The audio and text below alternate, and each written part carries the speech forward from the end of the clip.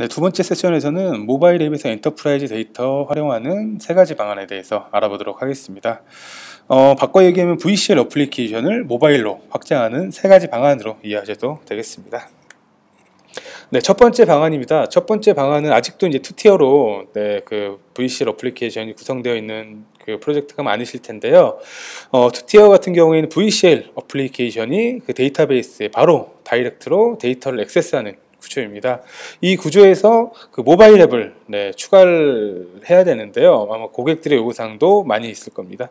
자, 모바일 앱에서 어떻게 이제 데이터베이스로 그 액세스할 접속을 할 수가 있을까요? 라고 고객들 질문을 많이 주시는데요. 저는 이 방법은 좋지 않다라고 안내를 해드립니다. 왜냐하면은 모바일 앱 같은 경우에는 그 제한된 그 네트워크가 있기 때문에 데이터를 받는 속도가 낮고요. 그리고 언제든지 연결이 끊어질 수 있다라는 점 때문에 트랜지션 처리에도 상당히 어려움이 있습니다. 그렇기 때문에 저는 이런 멀티티어 형태의 이제 미드레이어 서버를 데이터 스냅으로 구성하라는 안내를 많이 해드립니다. 그 미드레이어 서버 같은 경우에는 그 VCL 어플리케이션에서 사용했던 데이터 액세스 기술을 그대로 사용해서 데이터를 액세스하고요. 그 다음에 모바일에 필요한 기능만 데이터 스냅 기술을 이용해서 전달을 하게 됩니다. 이렇게 되면은 그 데이터 액세스에서 모바일로 이제 데이터를 제공하는 부분만 멀티티어로 도입을 할 수가 있기 때문에 개발 시간을 상당히 단축을 할 수가 있을 것이고요. 그래서 이제 VCL 그 기존의 시스템은 놔두고 우선적으로는 모바일 앱에 필요한 멀티티어 환경을 구축을 하시고요.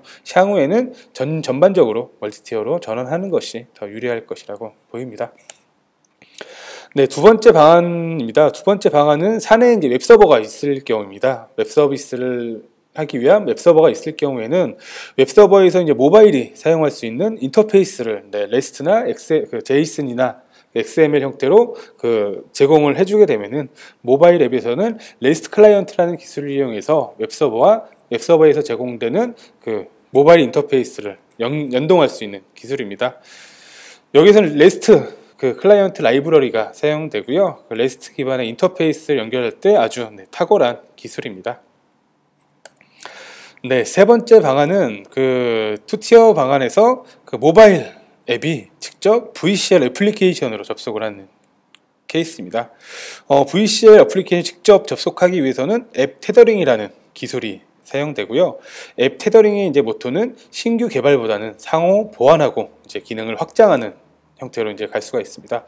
앱 테더링의 원리는 양측, 즉 VCL 어플리케이션과 모바일 앱에 그 앱 테더링 컴포넌트를 추가를 하게 되면은 서로 이제 데이터를 액세스할 수가 있고요. 그 데이터를 전달할 수가 있고 원격으로 명령을 전송을 할 수 있기 때문에 그 데이터 액세스하고 비즈니스 로직을 이미 구현되어 있는 것을 이용을 하고요. 모바일에서는 그 VCL 어플리케이션 전달해주는 데이터로 그 모바일에서는 뷰어 역할을 하게 되고요. 그리고 아무래도 입력이 쉽기 때문에 그 입력 화면을 개발한 이후에 실제 입력한 데이터를 저장하기 위해서는 그 VCL 어플리케이션으로 이 데이터를 저장해 달라 라고 요청을 하게 되면은 VCL 어플리케이션은 기존에 있던 비즈니스 로직과 데이터 액세스 통로를 이용해서 실제 데이터베이스에 저장하는 그런 방식을 이용할 수가 있습니다. 네, 앱 테더링 컴포넌트는 그 자동으로 모바일 앱이 VCL 어플리케이션을 탐색을 할 수가 있고요. 그리고 원격으로 양방향에서 서로 조정을 할 수가 있습니다. 그리고 양측으로 데이터를 전달할 수가 있고요. 그리고 와이파이나 블루투스 인터페이스를 지원을 하기 때문에 와이파이 환경에서 접속을 하든지 근처에 있을 때는 블루투스 인터페이스를 통해서 접속을 할 수가 있습니다. 참, 와이파이는 동일한 서브넷을 통해서는 자동 탐색이 되고요. 외부 그 IP 같은 경우에는 직접 그 IP를 지정해서 접속을 할 수 있는 기술을 사용할 수 있습니다. 자, 그럼 기술적으로 들어가 보면은 데이터 스냅으로 모바일 확장하는 첫 번째 방안이었죠. 첫 번째 방안에 대해서 좀 안내를 해드리겠습니다. 그 데이터 스냅은 델파이 미드레이어 기술이고요. 그 데이터 전달하는 기술은 총 크게 두 가지가 있는데, 데이터셋 프로바이더 같은 경우에는 그 미드레이어 서버가 데이터셋을 갖고 있고, 클라이언트 즉 모바일 앱에서 그 데이터셋을 프로바이딩 그 데이터셋을 제공해 준 것들을 끌어다 모바일 앱이 마치 클라이언트 데이터처럼 사용하는 방식입니다. 그리고 두 번째는 서버에 있는 메소드를 마치 이제 클라이언트에 있는 메소드처럼 호출해서 결과값을 모바일에서 서버에 있는 결과값을 받는 그런 기술이 서버 메소드입니다. 오늘 제가 빨간색으로 표시한 FD-JSON 리플렉터 같은 경우에는 서버 메소드를 활용하는 한 가지 방안인데요. 그 서버에 있는 데이터셋을 그 JSON 포맷으로 자동으로 이제 변환을 해서 서버 메소드로 받은 이후에 서버 메소드를 통해서 그 업데이트된 내역을 다시 서버 쪽으로 JSON 데이터로 올려주면은 서버에서는 JSON 데이터를 자동 분석해서 그 기존 데이터에 업데이트하는 방식을 한번 알아보도록 하겠습니다. FD-JSON 리플렉터라는 기술이고요. REST 기반 데이터 스냅에서 데이터셋 전달에 사용합니다.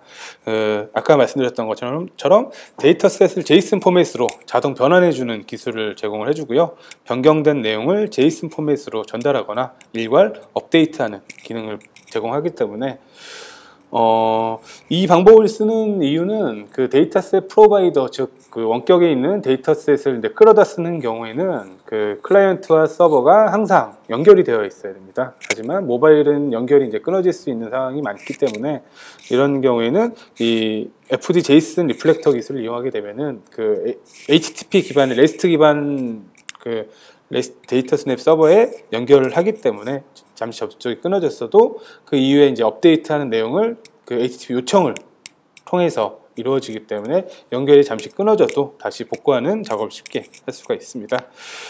여기에서는 이런 세 가지 이제 클래스들이 사용되는데 실제 데모 코드를 보면서 이렇게 살펴보도록 하겠습니다.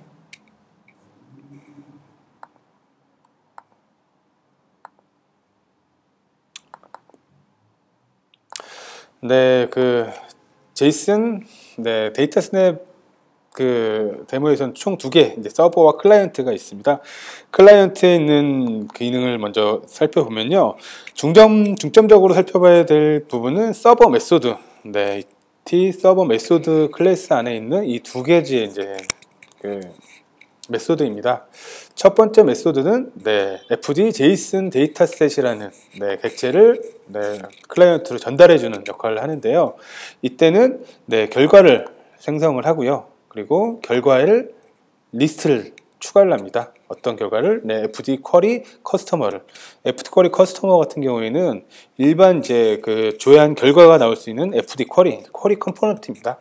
즉 쿼리 컴포넌트에 있는 것을 커스터머라는 별칭으로 리절트, 즉 FD-JSON 데이터셋에 리스트로 추가를 하는 역할을 하고요. 이렇게 전달을 하게 되면은 클라이언트 쪽을 보겠습니다.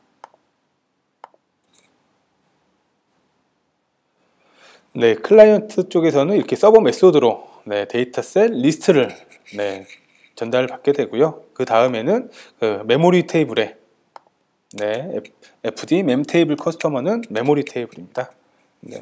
FD 멤 테이블 커스터머에 어펜드 데이터 형태로 이렇게 추가를 할 수가 있습니다. 이때는 FD-JSON 데이터셋 리더, 이 FD-JSON 데이터셋에서 데이터를 읽어서 어펜드를 하는 기능으로 아주 쉽게 구현을 할 수가 있습니다.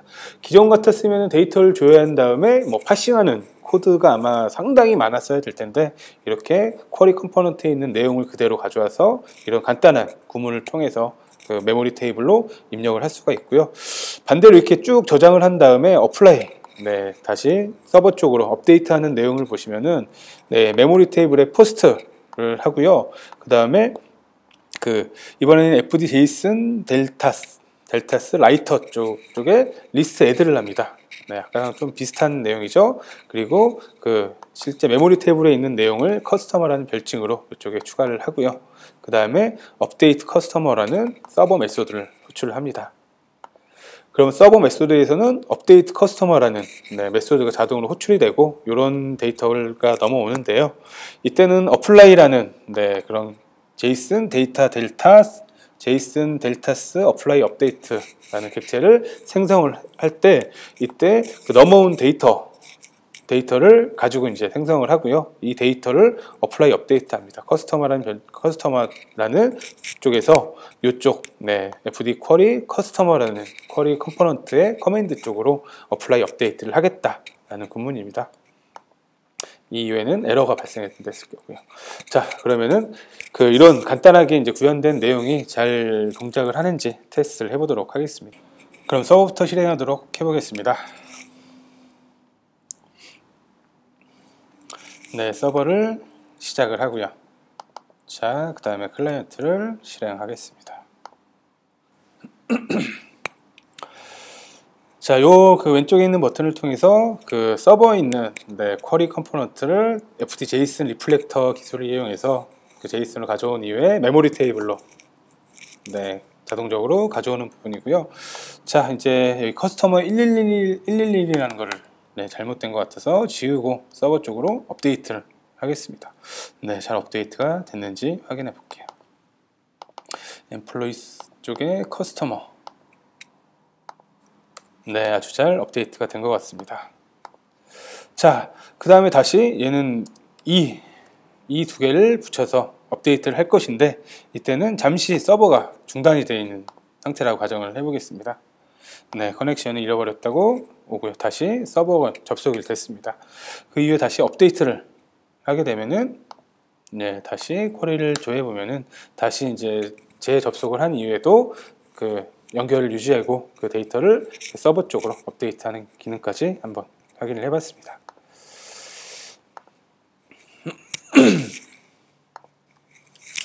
네, 이렇게 제이슨 리플렉터에 관한 내용을 함께 살펴봤고요. 네, 다음으로는 앱 테더링으로 모바일로 확장하는 기술인데요. 이 기술 같은 경우에는 저희가 이제 RA 스튜디오 사물 인터넷을 이용하는 사물 인터넷을 개발하는 방법에 대해서 제가 했던 데모인데, 웹 세미나에서는 시간 관계상 좀 생략을 하도록 하겠습니다. 앱 테더링과 관련된 내용은 이쪽은 글이 없는데요. 저희 테크 사이트에 들어오셔가지고요. 테크 사이트에 들어오셔서 앱 테더링이라고 검색을 하시면은 두 번째 VCL 앱을 모바일 앱으로 쉽게 확장할 수 있는 앱 테더링 자세히 살펴보기라는 글이 있습니다. 여기 보시면 앱 테더링을 어떤 형태로 사용할 것인지, 그리고 순서대로 앱 테더링에 사용되는 기술을 이해하기 쉽도록 제가 데모를 구성을 해놨습니다. 이 데모를 활용하시면은 실제 커맨드를 전송을 하거나 이미지를 전송하고 수신하는 기능까지 모두 구현되어 있는 데모이기 때문에 한번 보시면은 VCL 앱에서 모바일 쪽으로 데이터를 제공하고 다시 모바일에서 제공받은 데이터를 받을 수 있는 그런 기능까지 모두 확인을 할 수가 있겠습니다.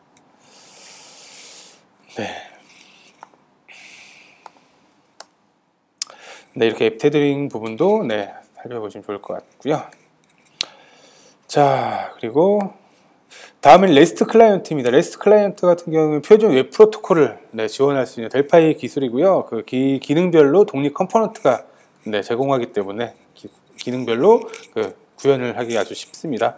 그리고 제이슨 데이터를 자동으로 분석을 해주는 아주 좋은 기술이 있고요. 그리고 REST 분석 툴을 제공을 해주는데, 분석에서 끝나는 게 아니라 분석한 내용을 카피 컴포넌트 기능을 이용해서 분석한 내용을 포함하고 있는 컴포넌트를 클립보드에 복사한 이후에 실제 프로젝트에 붙여넣기 하셔서 프로젝트 분석한 내용을 이어갈 수 있는 내용들이 있습니다. 자세한 내용은 하단에 있는 링크를 통해서 좀 더 자세히 알아볼 수가 있겠습니다.